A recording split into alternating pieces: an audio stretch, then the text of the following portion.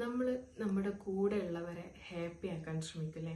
മറ്റുള്ളവർക്ക് സർപ്രൈസ് നൽകുക, മറ്റുള്ളവരെ ഹാപ്പി ആക്കുക എന്നത് നമ്മുടെ ഒക്കെ ഒരു ഹോബി ആയിരിക്കും.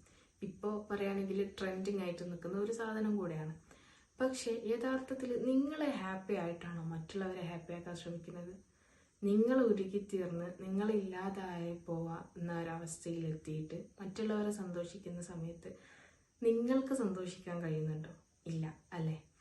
ഇങ്ങനെയൊരു പാറ്റേൺ ആണ് നമ്മൾ അധികമായിട്ടും ഇപ്പോൾ കണ്ടുവരുന്നത്.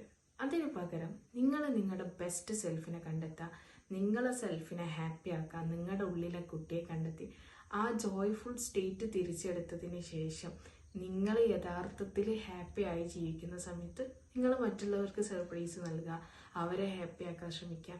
അപ്പോൾ ആദ്യം എന്ന് പറയുന്നത് നിങ്ങൾ ചെയ്യേണ്ട കാര്യം എന്ന് പറഞ്ഞാൽ നിങ്ങളെ ബെസ്റ്റിനെ കണ്ടെത്താം. ഇപ്പോൾ ഉദാഹരണം പറയുകയാണെങ്കിൽ നിങ്ങൾക്ക് നല്ല ജോലി കണ്ടെത്തുക, അല്ലെങ്കിൽ നിങ്ങൾ നല്ലൊരു പൊസിഷനിലെത്തുക, നിങ്ങളെ ബെസ്റ്റ് സെൽഫ് നിങ്ങളെ കൂടെ ഉണ്ട് എന്നുള്ളത് ഉറപ്പുവരുത്തുക.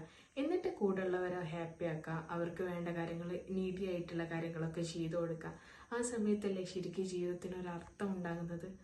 അല്ലാതെ നിങ്ങൾ വേദനിച്ചുകൊണ്ട് മറ്റൊരാൾക്ക് നൽകുന്ന സമയത്ത് അതിന് അധികാഴ്ച ഉണ്ടാവില്ല.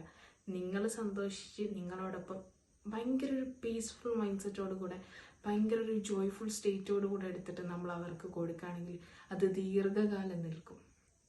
അവരും ഹാപ്പി ആവും, നമ്മളും ഹാപ്പി ആവും. അത് നല്ലൊരു മെമ്മറബിൾ മൊമെൻ്റ് ആയിട്ട് അവിടെ നിൽക്കും.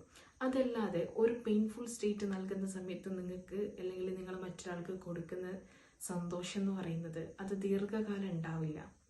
അപ്പോൾ stay peaceful, kindness, joyful, and give surprise to others. Thank you.